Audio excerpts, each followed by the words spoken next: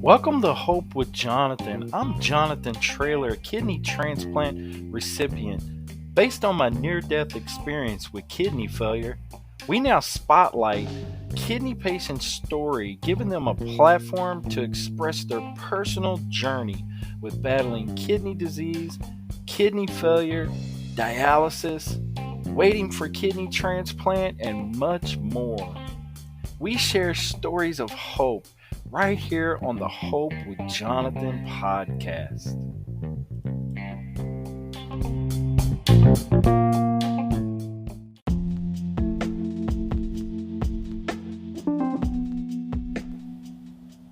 Hope with Jonathan podcast is a Hope Media production.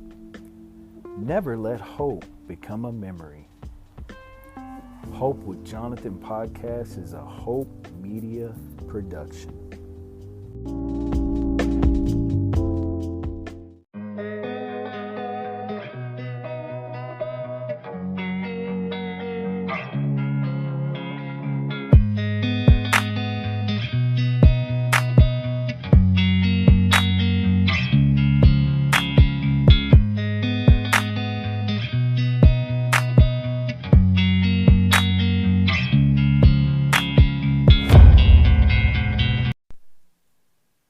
Hey guys, welcome back to the Hope with Jonathan podcast, and I'm your host, kidney transplant recipient, Jonathan Traylor. And hey guys, as you guys know, April is National Donate Life Month, and we wanted to do a podcast featuring the top 10 reasons to become a kidney donor.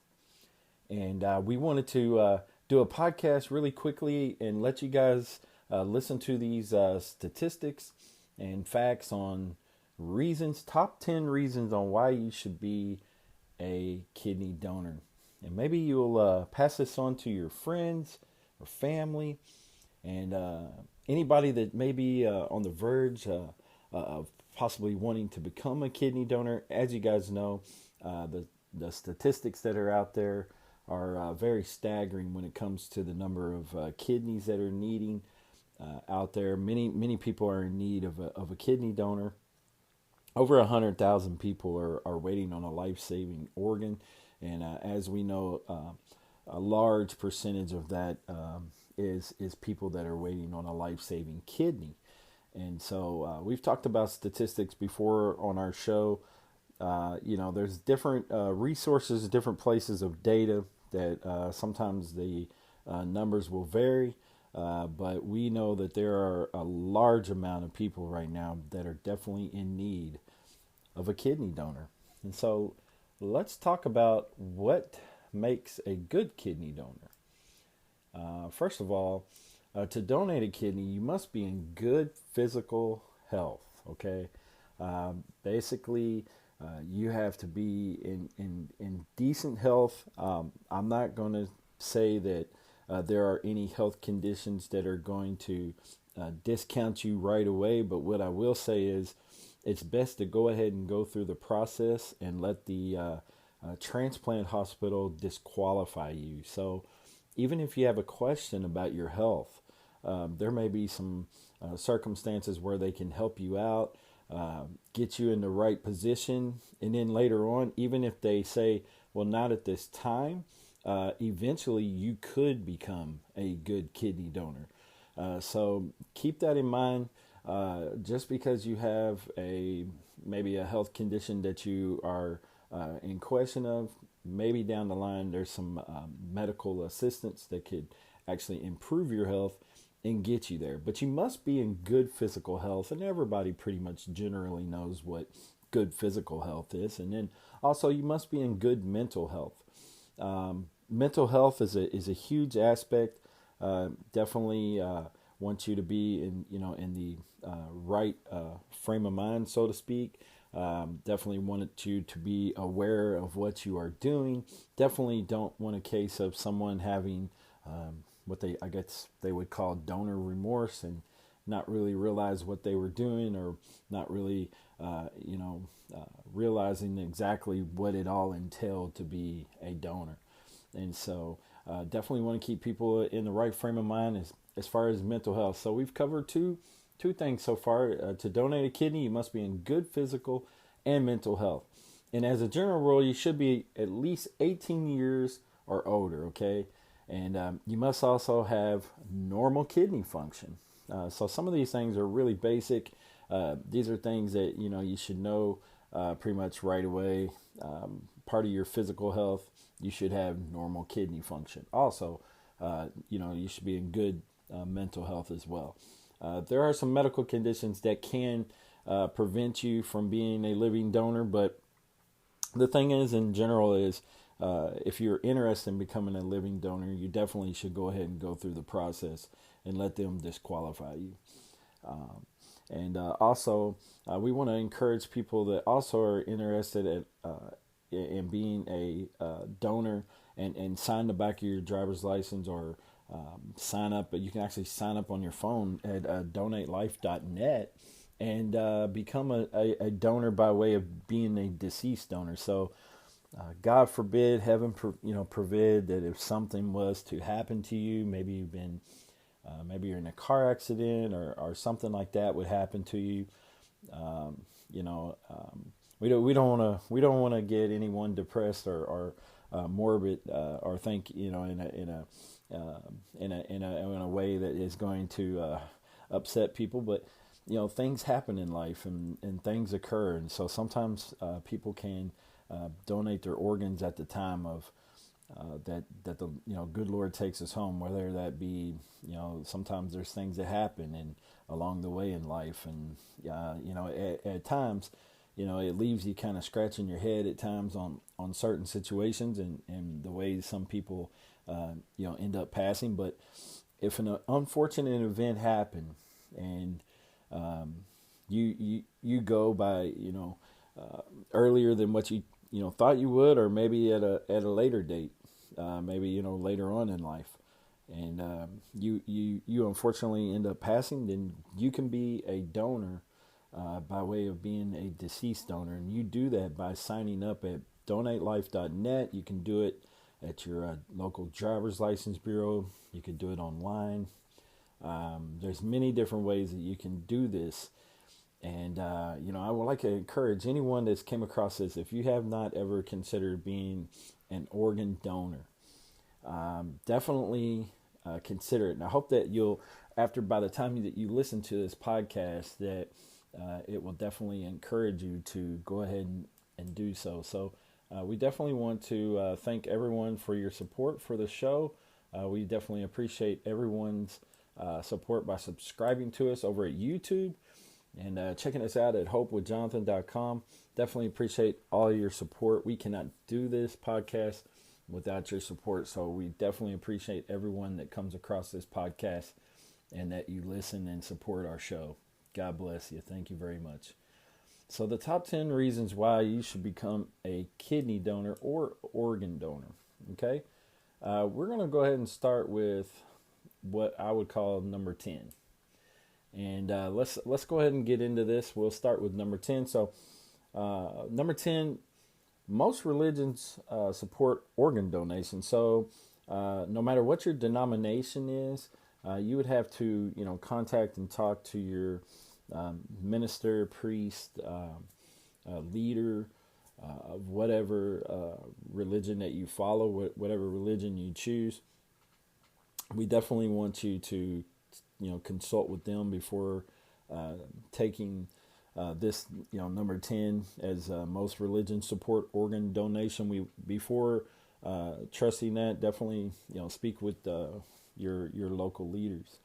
But most religions actually support organ donation. So if you're a religious person, maybe you're a part of a church, maybe possibly Catholic, Protestant. These are just example. Judaism, maybe you're a Christian, Islamic, maybe you are just a follower of Jesus Christ in your own form or fashion. There's many different religions out there, and we're not discriminating against any form of religion. race, gender, sexual orientation, any of that stuff. Donors are recipients really should not care whether or not their kidney came from someone that practices Judaism or Islam, or if they're Christian, Protestant. It really shouldn't matter to them, because they're getting their life saved. So this is kind of number 10 is kind of a touchy subject for some.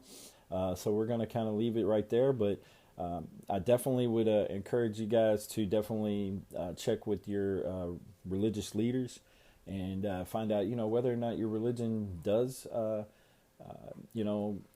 accept or support organ donation, but most of them do. So number 10 is going to be most religions actually support organ donation. So this is actually a really good fact for people to know. So whether or not God would be pleased with them to be an organ donation, my answer to that would be definitely yes. I definitely believe that God speaks to the heart, and that it's a divine intervention, that someone would want to step forth and be a donor. It would definitely be because God moved into their heart, spoke to their heart, and led them to want to be an organ donor. So definitely, again, guys, most religions support organ donation. So number 9, there are very few medical conditions that actually disqualify you from donating your organs. So it may be determined that certain organs are not suitable for transplantation, but there's possibilities that tissues and organs may be fine. Simply, a disease in one organ does not preclude other organs from being donated. So, and on this show, we're referring to kidneys as being the organ that needs to be donated. But so this is a case for all organs. So this is actually a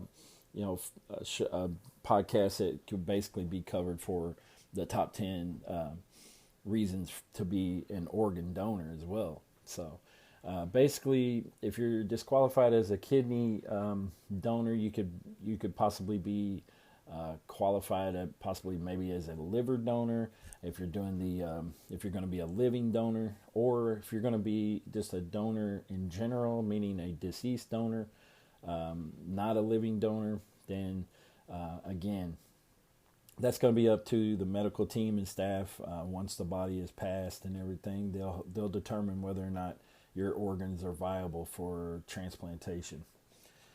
So number 8, there are no real age exclusions to donate. Now, this is, of course, again for organ donation. So in order to be a living kidney donor, you would have to be 18 years or older.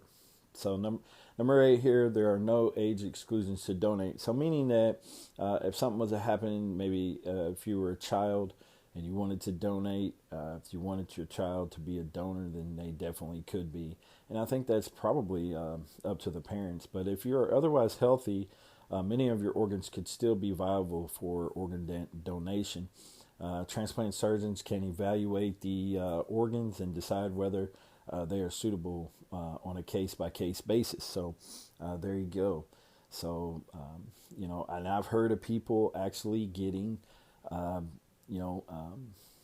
pediatric kidneys. So meaning like kidneys from a child, kidneys from, a really, really young individual, baby kidneys. I mean, I know an individual that had 2 kidneys from a very small child, a very young child, and he's still thriving with those 2 kidneys. So it's amazing what they can do with organs, especially when it comes to kidney donation and things like that. So it's really incredible that they can take 2 really, really small kidneys and put them inside of an individual, and they can definitely help and take the place of and act as if they have 1 kidney, and really changed their life.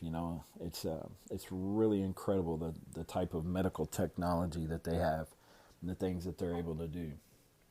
Number 7, organ donation can definitely be rewarding and a positive experience. So it can help a family work through a grieving process and deal with their loss by knowing their loved one is helping save the lives of others.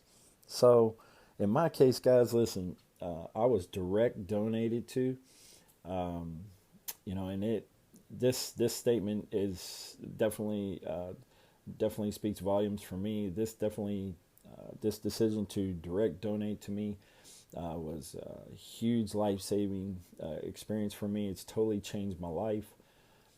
It's totally altered my life. I will say I was doing well on home dialysis, home hemodialysis. I did 10 months of in-center, and then I did around 4 months of home hemo. But with that being said, direct donation just, man, it just really it altered my life. It saved my life. I don't know how much longer that my body would have been able to handle dialysis. I mean, you never can tell. There are people that thrive on dialysis and live a really long life on dialysis. There are people that their bodies just cannot, really handle dialysis. And so if you look at the statistics, I think most people can survive, and this is just according to statistics, like around 7 years. So it's definitely life changing when someone wants to, direct donate or just be a donor in general. Like I said, it can be rewarding. It can be a positive experience. It's huge. I mean, you're changing someone's life. You're saving someone's life. So there's nothing that could be negative about this at all. It's definitely life changing. Now, unfortunately, in my case, it was not a living donor transplantation. It was direct donation due to the fact that my donor had actually passed away. But, I was really fortunate, guys, that I was direct donated to. The wait time here in the San Antonio area is around 6 to 8 years, and for an O kidney. And as you guys know, O being the most common blood type, and then it also matches with A, B, and A and B, and so as soon as a kidney comes available that's O blood type, they just go. I mean, they just go really quickly. And so, with O being the most common blood type, they, it's a long wait. And so, when I had the opportunity to be direct donated to, absolutely, I jumped right on it, and it's been a very positive experience for me. Now, I think what they're saying in this statement is it can be rewarding and a positive experience for the family, and knowing the fact that their loved ones' organs have went to save a life. And I have to totally agree with this. I mean, it's definitely a harsh blow when you lose a family member, especially unexpectedly. But to know that their organs have went to someone to alter and change their life and get them off of dialysis, and give them a whole new chance at living as normal as, of a lifestyle as they could with kidney disease, is definitely huge, and it's definitely rewarding. So number 6, living donors fill a crucial need. So as you guys know, the statistics are just staggering on how many people are waiting on a kidney, but a living donor can donate a kidney or actually a portion of their liver to a friend or family member, or even altruistically. Now, if you don't know what altruistically means, basically you are just donating your kidney or a portion of liver to just anyone. You don't really care who it goes to. You don't really have a say over it. You don't even know who you're donating to. You're just walking into basically a hospital. You're getting approved for transplant. You want to be an altruistic donor, and basically they give the kidney or liver to someone that is in at the top of the list, I'm guessing, or whatever's compatible, however the medical team or transplant hospital there, however their system is, and however it's set up to whoever gets that kidney or portion of liver first, that's who will get it. Who's ever, on the top of their list, or whoever is most compatible for. Altruistically is a huge thing that a lot of people can take advantage of, especially if they don't really want to know, and it's not that they want to be silent. They just want to do what they're trying to do is just obey what they feel like they need to do in their heart, and they don't want a lot of recognition or a lot of awards or accolades for being a donor. They just want to do it quietly. And I have some huge respect for anybody that steps up and want to be a donor, but people that do it altruistically are definitely amazing individuals. So a living donor can donate a kidney or a portion of the liver to a friend or family member, or even altruistically, and continue to live a normal life with very little restriction. This is definitely true. People waiting for a kidney transplant make up 80% of the people on the organ waiting list. I'm going to read that again. People waiting for a kidney transplant make up more than 80% of the people on the organ waiting list. People waiting for a liver transplant make up approximately 12%. And that's not to discount livers at all, because you definitely have to have your a healthy liver, but and 12% is quite a bit when you're talking about over 100,000 people. But 80% of the waiting list are people waiting for a life-saving kidney. And that's one of the biggest reasons why I'm doing this podcast right now, is to let you guys know that if you're on the fence, if you're just thinking about being a living donor, once you think about that percentage, 80% of the people waiting on a life-saving organ are kidney patients. And that statistic is definitely staggering. These people are doing dialysis. They are, most of them, a large percentage of patients. There are some patients that are probably on the list that are preemptive, and I don't know what the percentage of patients that are preemptive, that have not, preemptive meaning that they have not reached the stage that they need to be on dialysis. But a large percentage, I would say a large percentage of patients that are on this waiting list are living on dialysis, which means that they either go in center for over 4 hours, 4 to 5 hours a day, meaning they, including their travel time. So they travel to the facility to do dialysis, and then they have to travel back home, and in between that is a 4-hour session on the machine. It's a very grueling lifestyle of treatment. It's like having a part-time job, and in some cases a full-time job, literally. You're going there for treatment. There's things that can happen in treatment, some mishaps that can happen in treatment. You leave there feeling very fatigued. At least I did. You leave there feeling, weak. You just leave there not really feeling yourself, and you just want to rest. That's the only way I can really describe it. I had sessions that I left there, and I didn't really feel like I had a dialysis treatment. And then there was times that I left there, and I wasn't so sure I needed to go to the emergency room, because I just felt terrible.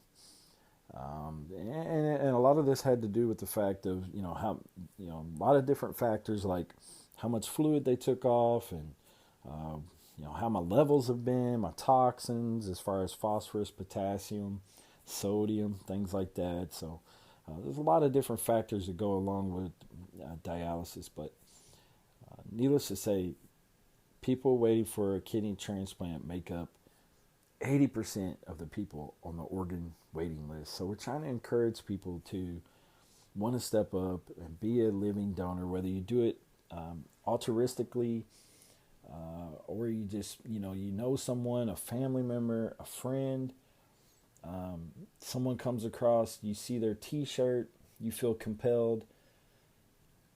If you see someone's billboard or T-shirt or bumper sticker, or you have a friend and you feel that tug in your heart that you want to help them, but you really don't know how, it's because God's trying to show you. He's trying to tell you. He wants you to help them by stepping up. And that's the only way I can tell you. It's an intuition. It's a voice. It's an inner voice that's going to tell you. You're going to feel that tug in your heart, like this is the right thing. This is what I need to do. In no way, shape, or form am I trying to force anyone to be a donor. I'm just trying to tell you that if you feel that voice and that inner tug in your heart to do the right thing and do something to help someone, this is huge. I mean, you're going to save a life. You're going to be a hero, and that's just all there is to it. You're going to be an amazing hero. And living donors are amazing. If you sign up at Donate Life to be a deceased donor, we've already talked about. When you pass, though you're a hero as well. I mean, that's just an amazing thing to do as a human being. To help someone else is an amazing feat, and it's huge. But let's go to number 5. Number 5, one organ donor can help multiple people. So one organ donor has the potential of saving up to 8 lives. So that's huge. I mean, that's huge. So one organ donor has the potential to save up to 8 lives. That is huge. I mean, just think about that. If we had a ton of organ donors, if we had a ton of people that wanted to step up and be donors, one donor can save up to 8 lives. If we had, imagine if we had thousands of donors that just want to step up.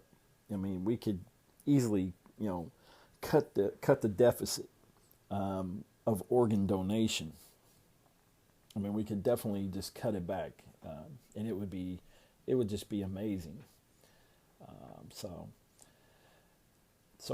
what we want to do is also we want to talk about the number 4 is the need for more organ donors. So number 4 is going to be, the reason would be, is there is a great need for more organ donors. Okay. So as we know, the statistics are huge. We've already, kind of covered this and talked about this, but the statistics are definitely staggering. And we know that there is a great need for organ donors in general. So again, I'm just going to talk to you guys and let you know, we would love for you to go over to donatelife.net. I believe if you have an Apple phone, you can do it right from the Health app. If you have an Android phone, there may be a way to do it.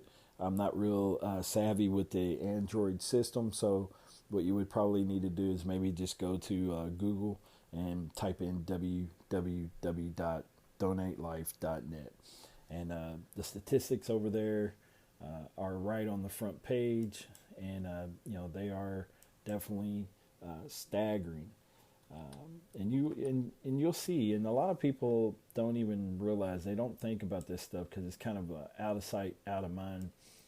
But the statistics right here on the website will definitely tell you, right away what is going on with the great need of organ donation. So it's just huge, and we just need people to want to step up. Like I said, this whole month is all about being, advocating. The whole month of April is all about advocating, and this is National Donate Life Month. And so we definitely want to do this podcast to kind of, get you guys over there to the website, kind of looking at the website. And right now they have this really beautiful logo.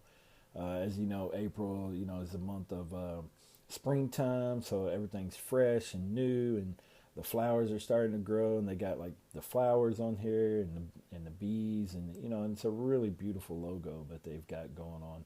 And they have all the statistics over here of just different facts and different FAQs, frequently asked questions, and there's a lot of great info. So definitely go over there and check that out. DonateLife.net.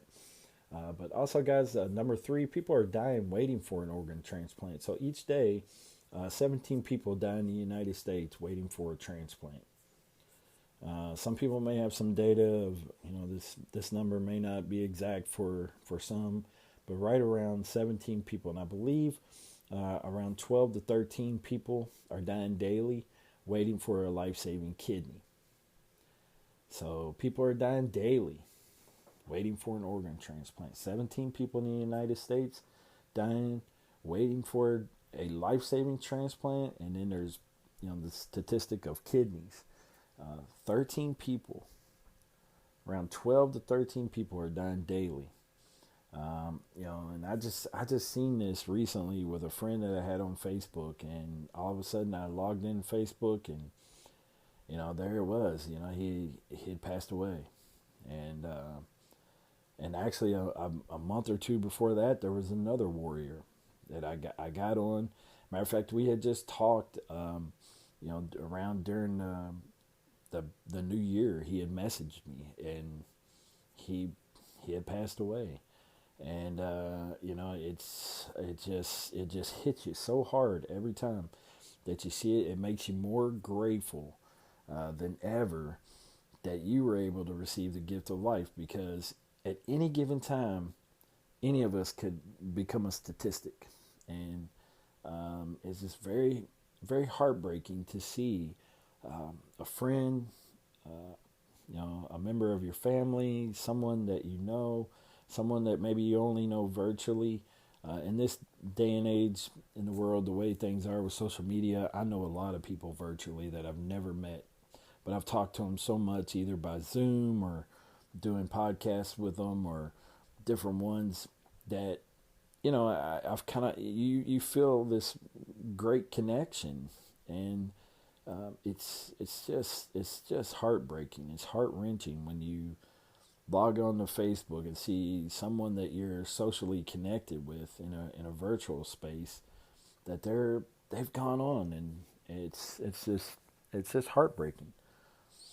And we definitely need more organ donors. We need people to want to step up and be a living organ donor, or by way of deceased organ donor. So number 2, guys, the organ wait list is always long. So this wait list is never ending. Every day there are approximately over 107,000 people waiting on the national list, waiting for an organ.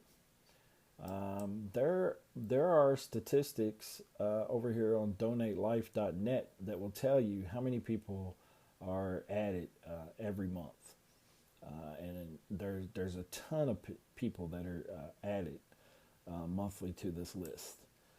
And I know that I think at one time that I was told it was around 3,000 patients per month for kidneys. So when you break that down, it's a lot of people. It really is, especially when you've already got 107,000 people waiting on an organ to save their life, and then here you got even more people coming in right behind them. This is a never-ending list. This list is going to continue to grow. This list is going to always be there, and there's always going to be a need for organ donation. Let's just face it, organs, if you live long enough, things can happen, diseases can progress, different scenarios can happen medically and cause you to end up being an organ donor or needing an organ for survival. When I was 20 years old, if you would have told me, at the age of 42, you're going to need a kidney, I would have said, I don't think so. I doubt that. But it happened. It happened. And so you never know where you're going to find yourself. You never know in life where you're going to find yourself and needing a kidney. You just never know. You never know what's going to happen. Life is full of ups and downs, different obstacles, adversities, different events that happen. And this is a statement that I've always kind of lived by. Is you hope for the best, but you should always prepare yourself for the worst.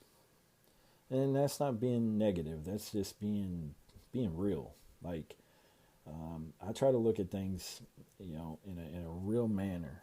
And so I always hope for the best, but I always prepare myself for the worst because you just never know. And this is a situation that this organ waiting list is always long. It's never going to be a short list unless we get a ton of people that want to step up and be a donor. Listen, you can't take these organs with you. Like when you pass, you don't take these with you to, if you're practicing a religion, you don't take them to heaven with you. You no longer are in need of a earthly body. Your work here on earth is done. Your spirit's going to heaven, but your organs are not going to heaven. You can't take your organs to heaven. And I know we're not even going to talk about hell, but I mean, honestly, we need people to step up. We need, I wish I would have covered the statistic of how many people die in a day around the United States or even in the world. There's a ton of people that die, and I can guarantee you none of them are, a large majority of them are not signed up to be a donor. They just, out of sight, out of mind, they don't think about it.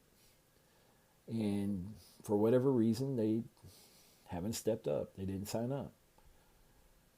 We've got to change the narrative on this, and we need people to definitely take this very serious because there are people dying, 17 people dying daily, waiting for a transplant. What if that was your family member? What if that was your friend? What if that was your wife or your husband or sister, brother, cousin? I mean, the list just keeps going on and on. This is a serious thing. We need people to step up and be donors. We just do, and it's the right thing to do. It's your way to give back to humanity. Like we covered number 10. God would be pleased with you. Definitely, most religions, support organ donation. Let's go to number 1.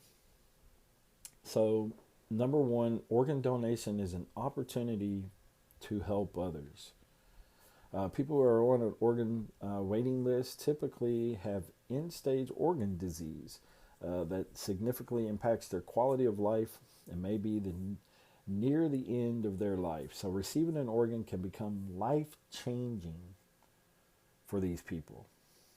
It can also help a family work through the grieving process and deal with their loss by knowing their loved one is helping save the lives of others. And we kind of covered that in another one of the I believe it was number 7. But listen, organ donation is an opportunity to help other people, help other family, people that are just going through this end-stage organ disease, end-stage kidney disease. Okay.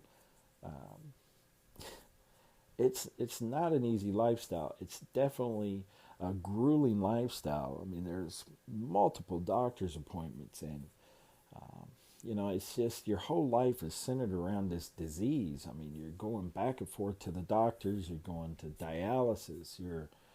It's really tough for people to maintain a job during this time. And those that can do it, God bless them, man. Those people, I mean, all kidney warriors are incredible, but people that are able to maintain a career while they're going through this it's beyond me.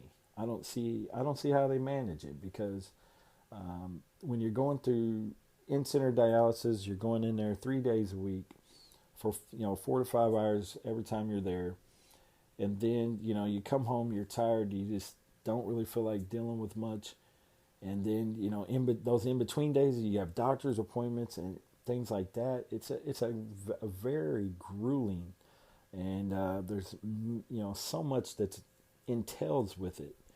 It's an incredible process, and and then you've got to be compliant to get on the transplant list. So your labs have to look good, and you got to come to treatment. You cannot miss treatment, and you've got to show yourself approved.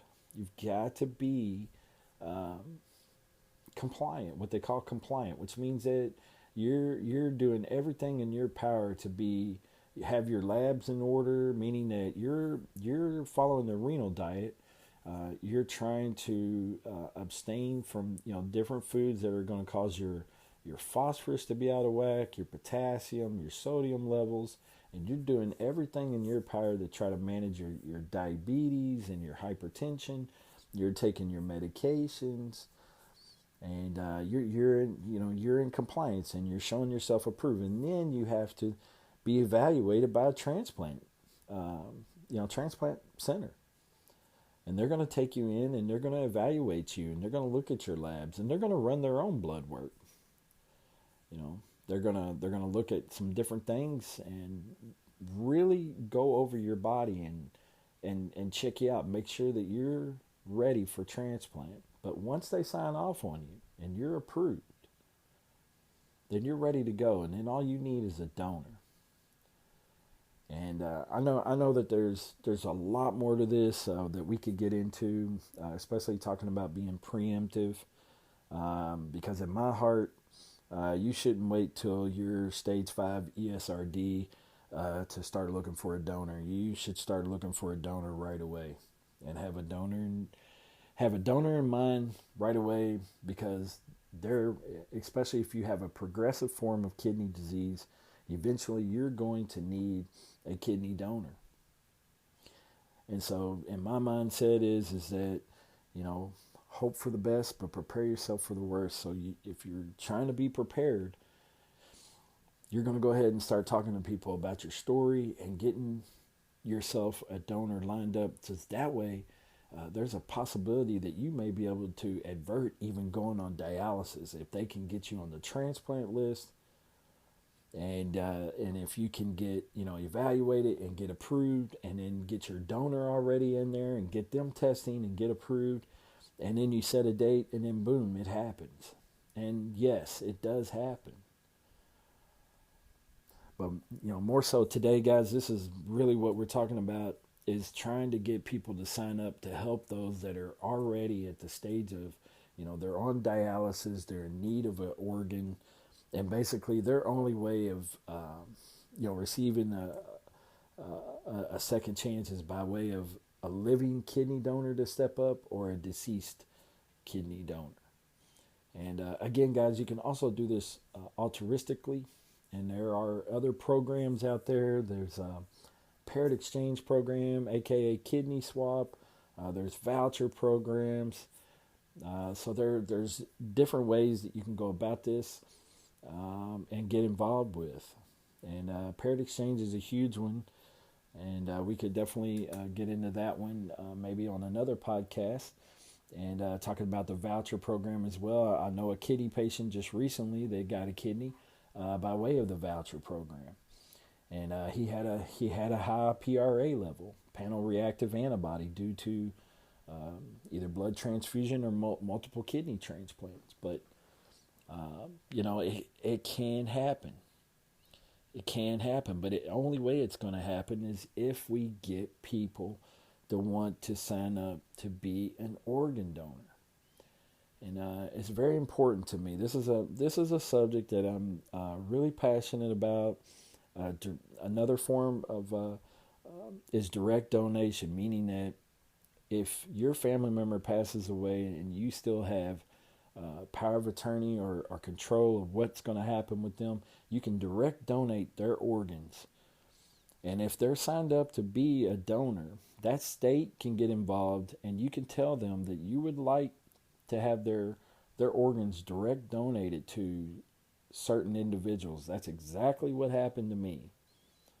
They were able to get with CODA, which was in the state of Kentucky Organ Donation Association, and they were able to tell them that they wanted to direct donate a kidney to Jonathan Traylor in the state of Texas in San Antonio. And let me tell you, this process happened quickly. They called me, told me about the kidney. My transplant team called me and said, listen, are you aware of the kidney that is being presented to you? And I said, yes, I am aware. Do you want to accept this kidney? Yes, I do.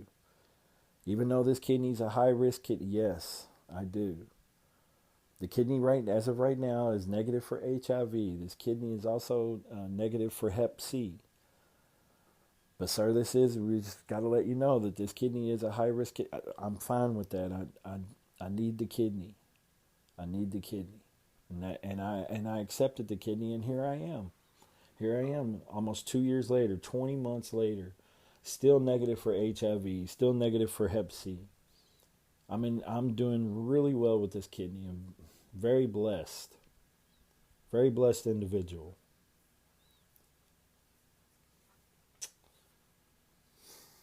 And not a day goes by that I don't think about the gift of love that was given to me, because it totally changed my life. We need more organ donors. We need some life changers out there.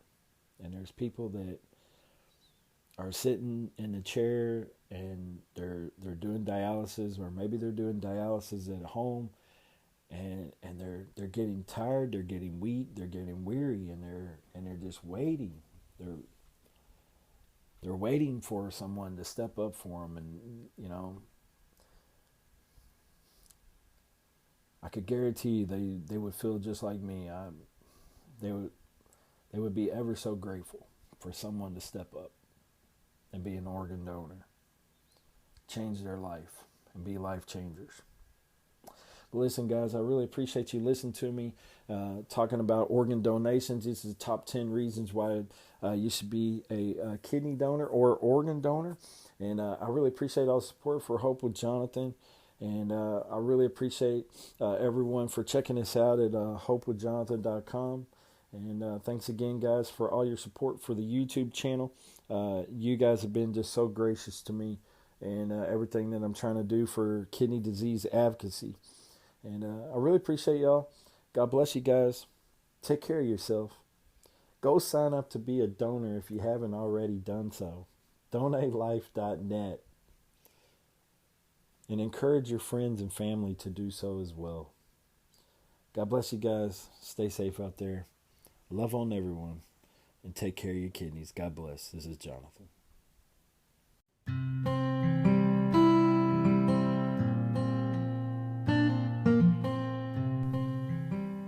Hey guys, this is Jonathan, the host of the Hope with Jonathan podcast.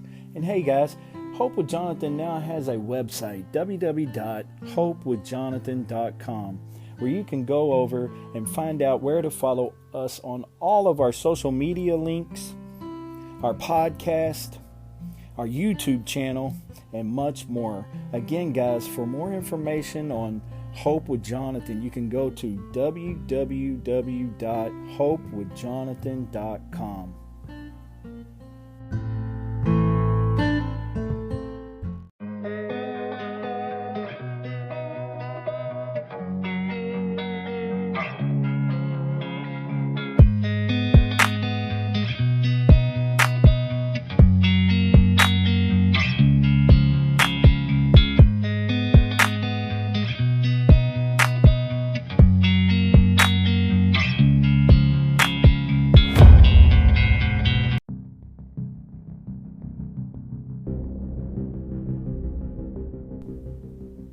Hey guys, have you checked out Kidney Conversations, a new series brought to you by host Hope with Jonathan and KWM's Kidney Warrior merch, Kyle Hawkers from Toronto, Canada. Yes, it's a brand new series brought to you by us for you as the kidney patient. We're trying to inform, educate, and inspire by sharing and spreading awareness for kidney disease, dialysis, kidney failure, transplant, organ donation, and so much more. This is a brand new series, guys, brought to you by Hope with Jonathan and Kidney Warrior merch. What we're going to do is post weekly on our pages across social media. Right now it's Facebook, Instagram, and Twitter. And then on Friday we'll be releasing an informative video over on Hope with Jonathan. Check it out, guys. kidneyconversations.info.